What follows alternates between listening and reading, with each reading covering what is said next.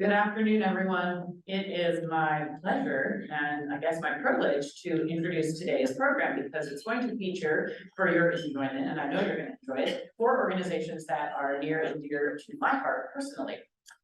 The Rotary Club's Arts and Education Committee is celebrating its 13th anniversary this year, and Brooks is somewhere out here. He is our fearless leader as committee chair. The club has, as you all know, a very generous spirit and a desire to support arts performances for underserved and underprivileged children throughout our community. And so the committee continues to work to make sure that we have projects in our area for Knoxville students that open the cultural doors for them to experience things that they likely would not get a chance to have otherwise. So the partner organizations for this committee over the years have been the Knoxville Museum of Art, Knoxville Opera, the Symphony, and the Clarence Brown Theater. We have cooperated and collaborated with the Community School of the Arts for many years, as well as a lot of Knox County area schools. Each of the funded organizations submits a proposal each year to the committee, and it has to focus on arts education and reaching out to children audiences. And this year, just sort of as a sort of point of reference, over 10,000 students will be impacted by these 4 organizations and the funds that are provided through the club. So it's pretty impressive. Today, we wanted to, as a thank you from these 4 organizations, share with you some of the talent that students in our community are going to be experiencing this year. And so that you have kind of a sense of what the projects are that this funding will be supporting this year, I'm going to give you a short synopsis of each of the 4 organizations' projects. At the Clarence Brown Theater, the club will help to sponsor the production of A Christmas Carol, and 100 tickets will be given to area students that the committee chooses. In the past, we have distributed student tickets to the Community School of the Arts, to Big Brothers Big Sisters, to Boys and Girls Clubs. I know you've been at Sarah Moore Green School, a whole host of organizations.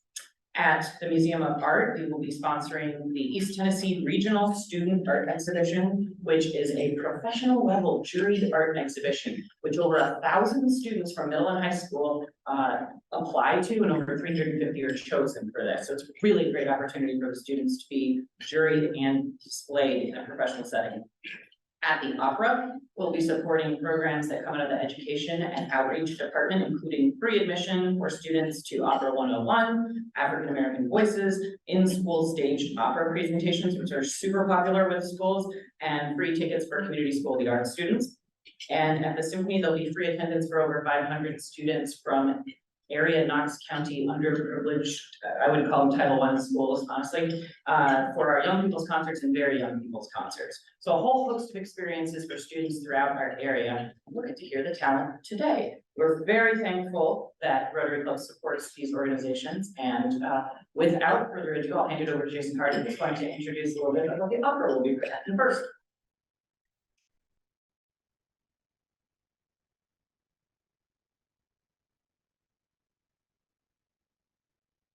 Thank you so much, Rachel. You know, I arrived in Knoxville about 2 years ago, and one of the things that really drew me here was the just very vibrant, and I don't have to tell you, the arts and culture community here is very rich.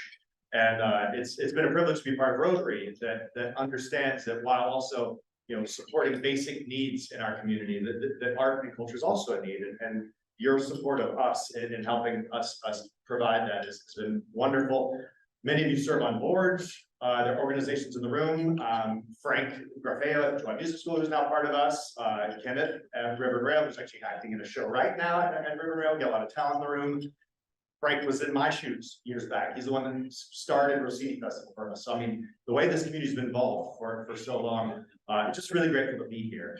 I'm also very privileged to have announced the season we had this year at Knoxville Opera. We're punching way above our weight class with our opening number alone, with Verity's Falstaff, which is on the 13th and 15th of this month. And I'm going to give you a little feature of what that's going to be to open our season. So we'll be at the Tennessee Theater, and for those that aren't familiar with the opera, it's based on 3 of Shakespeare's plays, based on the story of Sir John Falstaff. It's Verity's final opera. It's a masterpiece. It's his only comedy. He had one early in his career, but his final opera was also this masterwork comedy. And so for today, we're gonna do a number actually that is a revenge aria in the midst of a comedy. And just to give you a little preview of how the tale is interwoven, to introduce it, and I'll invite Kevin and Christy to perform for you. So Falstaff wants to seduce Ford's wife. This is gonna be Ford singing today. So Ford's wife, her name is Alice. And so Ford has been warned about this desire of Falstaff to seduce his wife. And so he decides to set Falstaff up. So he dresses up in disguise and pretends to be this wealthy man who's in love with Alice. So the disguised Ford offers to pay Falstaff to seduce her. And so Falstaff delightedly agrees, of course, and he actually tells Ford he's already set up a rendezvous with Alice. So after Falstaff leaves, Ford, learning this, now sings of the evils of an uncertain marriage, vowing revenge on both Falstaff and his supposedly cheating wife. So before they sing, I'm gonna have Kevin come up and introduce himself, who's a guest in our community, and say a little bit about himself, and then they're gonna perform Ford's aria from Falstaff.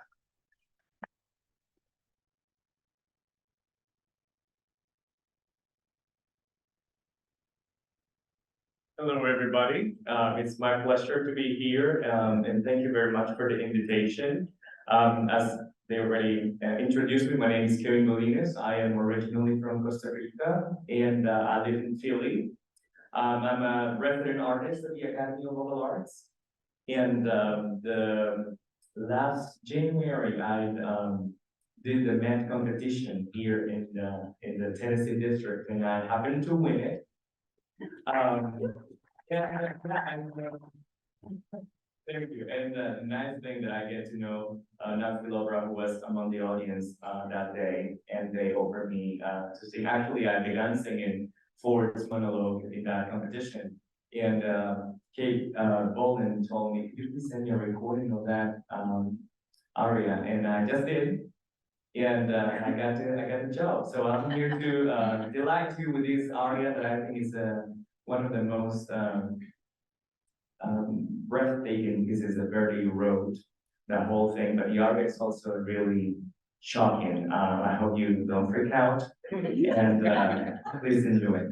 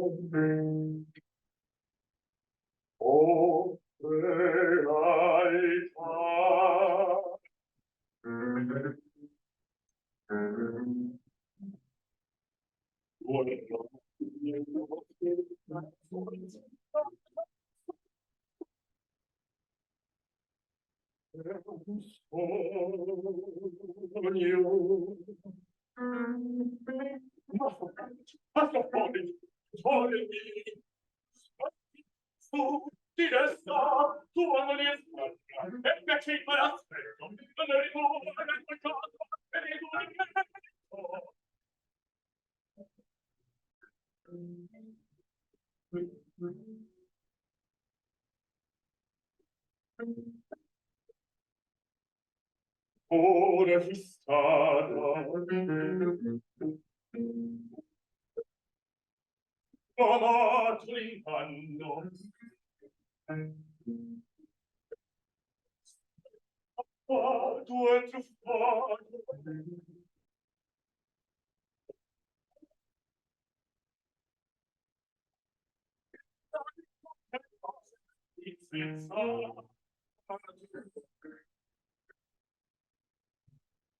ciò dietro me, non infame, stiamo parlando, ora lo scherzo.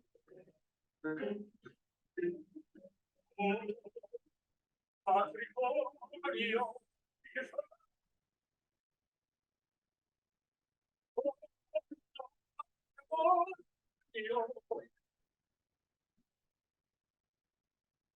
bella non voglia, piacere i papelli.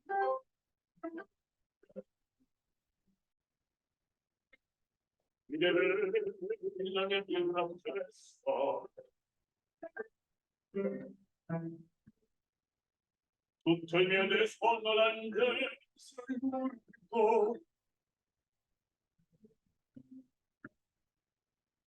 mia bottiglia d'acqua che autoricono mia voglia se stessa ormai la sorte una puntone orbitudina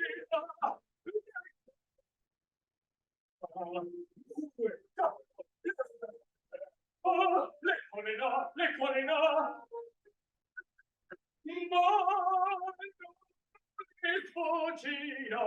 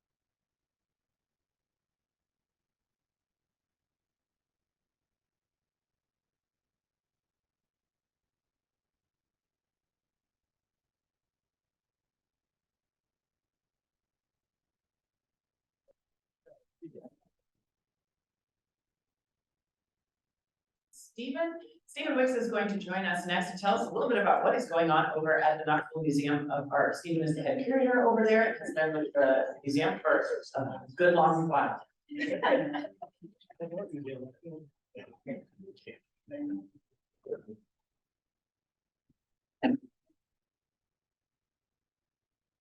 Thank you, Rachel, and thanks to all of you for your support of the Knoxville Museum of Art and its programs. I've been with the museum a long time, longer than I care to divulge. It's been an amazing journey, and I'm able to talk about our Higher Ground installation, which is about to be reopened in an expanded format on November 3rd. And part of why I'm so joyful about this is that for years, the Knoxville Museum of Art didn't have much of a collection to speak of. We were typically defined by our last big show that we brought from someplace else. Quietly behind the scenes, we began plotting and planning what kind of a collection can we build that will really tell the story of this region. And thankfully, our brilliant director, David Butler, made that a mandate. Let's find out what happened right in our backyard when it comes to art. And so slowly, gradually, we built this collection. Fortunately, since Higher Ground 101 opened in 2008, we got a lot of excitement. People began to donate artwork. And I can tell you that since our first edition of Higher Ground opened, we've received more than 200 works into the collection. And now our collection is being sought after by the Art Institute of Chicago. So great things are happening now. People are coming to the KMA to see our collection. That's a good thing. This is the way Higher Ground looked back in 2008. It was in a single gallery space on the 3rd level. We've now reimagined Higher Ground in our 2 entry-level galleries, which gives us more square footage, and it also gives us that great first impression.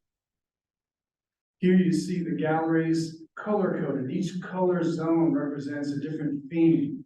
And so instead of walking through this chronology, this labyrinth like you used to, there'll be actual sub-galleries that will have a specific theme. When it comes to the first chapter in the story called Grand Ambitions, it really talks about how around 1900 and 1920, Knoxville had a thriving arts community, professional artists who trained in New York, they came back to Knoxville.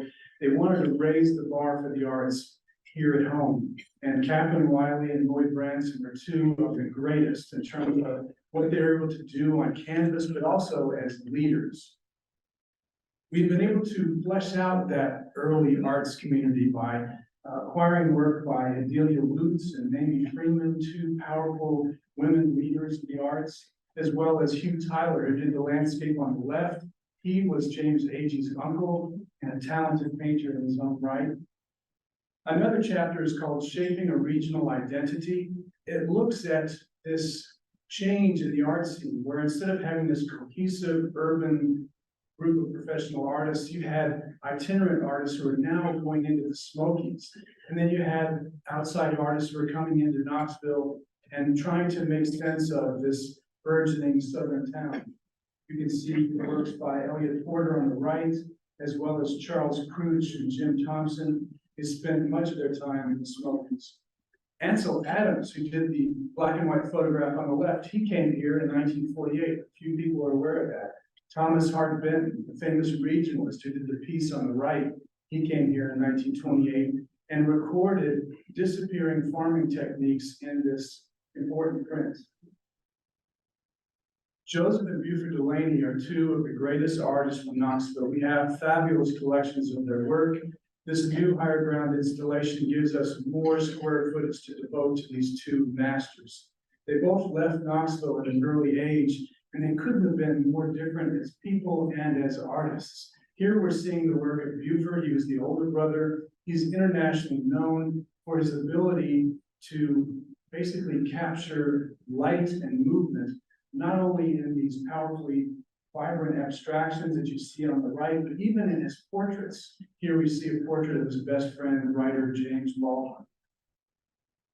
Joseph Delaney, on the other hand, he spent so much time in the studio. He focused on the human figure. He wanted to capture the human figure in movement out in the city. He loved what happened on the streets of New York City, particularly parades when people of all ages, different groups got together behind similar festivity. And the Knoxville Seven, they came along in the mid-50s and hung around as a group until the 1960s. They were influential as teachers. They helped found the University of Tennessee's art program, but they were adventurous in their own individual experimentations in the studio. They brought to East Tennessee for the first time abstract expressionism and pop art. And from what I hear, one of the things that ensured their success was they knew how to throw a party. People would come and say, Stephen, I don't remember what they did in terms of artwork, but boy, the cocktail they served and the stuff that they did on the back of that motorcycle, I thought, wow, this is brilliant. So they were quite a notorious group and helped get modern art firmly anchored in East Tennessee. The last chapter gets us up to the 1980s. It focuses on the amazing Betsy Harvey. She was a self-taught artist who discovered in just ordinary explorations of her immediate environment out in the woods, she would find these pieces of wood within which she sensed divine presence. There was a figure inside this piece of wood, and it was her duty to try to release it. And often these pieces of wood were transformed into biblical figures, African-American ancestors. She came up with this amazing production that got the attention of museums around the country. Even though she was there in her front yard in Alcoa doing her thing, she didn't care much about all the big art and notoriety. So we're paying tribute to her brilliance. We have a fabulous collection of hers as well. So this is the new higher ground. We encourage you to come explore it November 3rd, and then on, it's going to be a permanent installation. We're really proud of the story that's happened right here in our backyard, and thanks for your attention.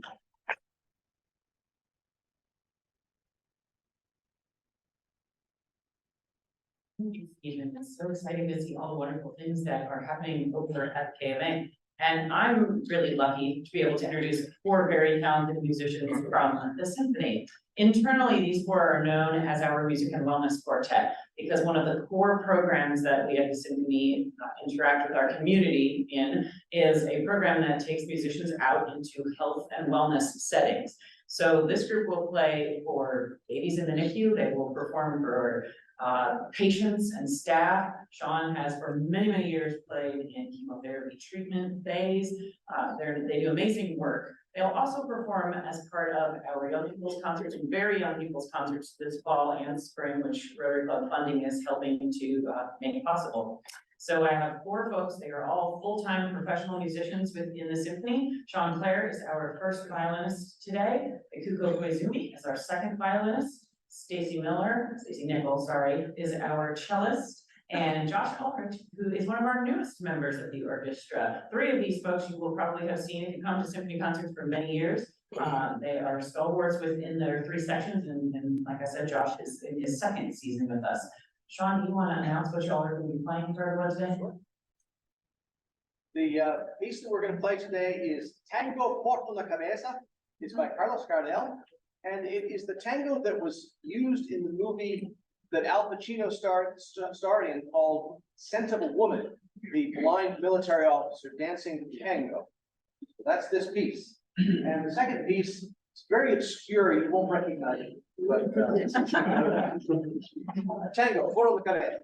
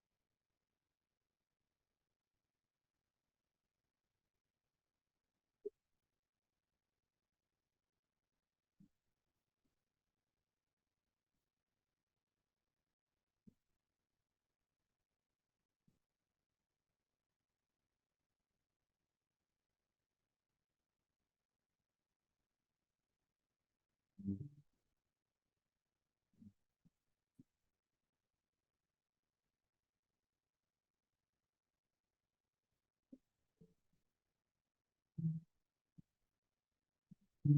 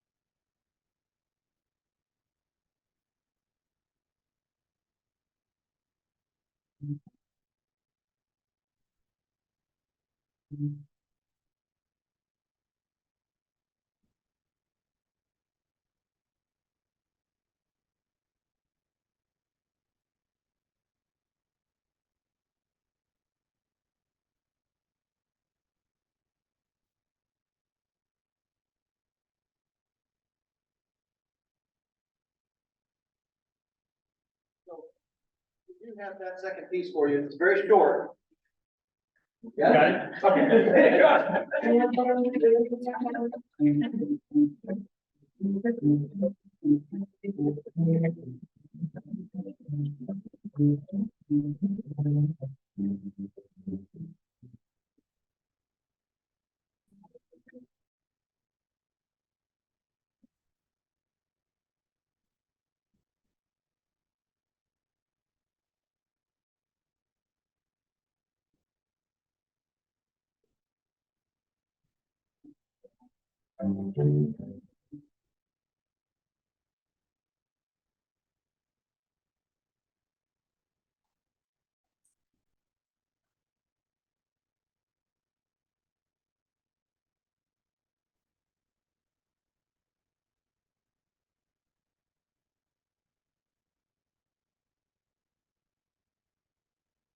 Not least, Ken Martin is here from the Clarence Brown Theater. He is their newest artistic director, and we're gonna have a performance from some of the folks over at Clarence Brown.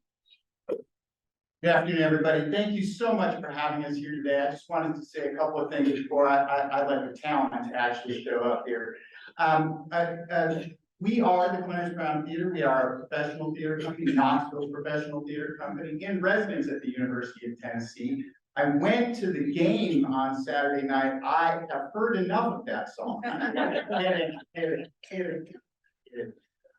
do want to say a couple of things. One, thank you so much for your generous support. Our part of our mission at the Clarence Brown Theater is to bring new audiences to our theater. So this year we are doing 11 season for youth performances. 10 of those are sold out. So almost 9,000 students will see our shows this year, high school and below. Most come to see Christmas Carol, but this year we have 5 sold out performances of The Giver in February. So we're really excited about that. The other thing I need you to know about us is that we, as part of being in residence at the University of Tennessee, our model is sort of the hospital teaching model.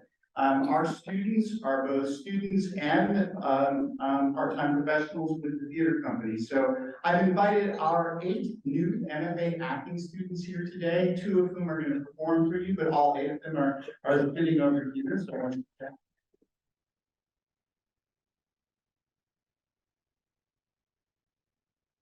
And being young starting artists, they would really like to thank you for lunch.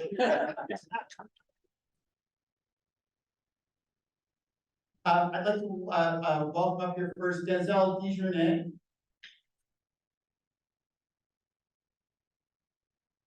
I'll let him introduce his own piece. All right, like Ken said, I'm Denzel Desjardins. I am MFA acting student, and the performance I'm going to give you is Top Dog, Money Dog. It's a monologue from there, where the older brother makes it. And how you know, bro? She can be jobbing. Jobbing that there's money in this thing, jobbing you big time. Like the cards. You know, you certainly were persistent. But you was in such a hurry to learn the last move, you didn't even bother to learn the first one. that was your mistake. Cause it's the first move that separates the player from the played. And the first move is, there ain't no winning. Ta-da! You may think you have a chance, but the only time you pick right is when the man lets you. Cause when it's the real deal, bro, the money's on the line, he won't want you to pick right. So it's gonna make you pick wrong. Wrong, wrong, wrong. Oh, you thought you was finally happening, huh? Thought your shipper came into something. Thought you was a player, huh? But I played you, bro. Thank you.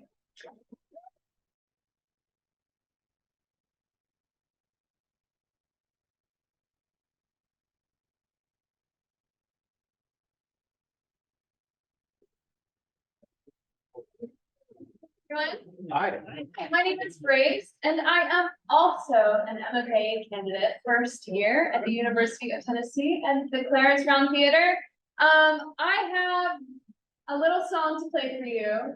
I was gonna say that I'm here to teach the difference between a violin and a fiddle, but you kind of blew the whole this is a traditional Irish tune called Red is the Rose.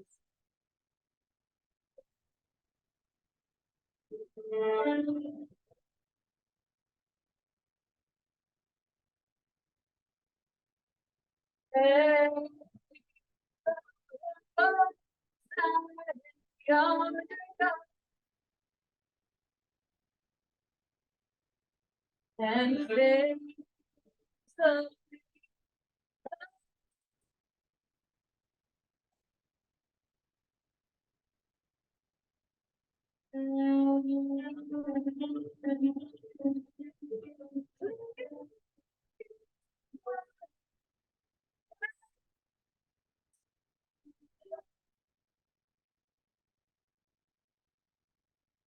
but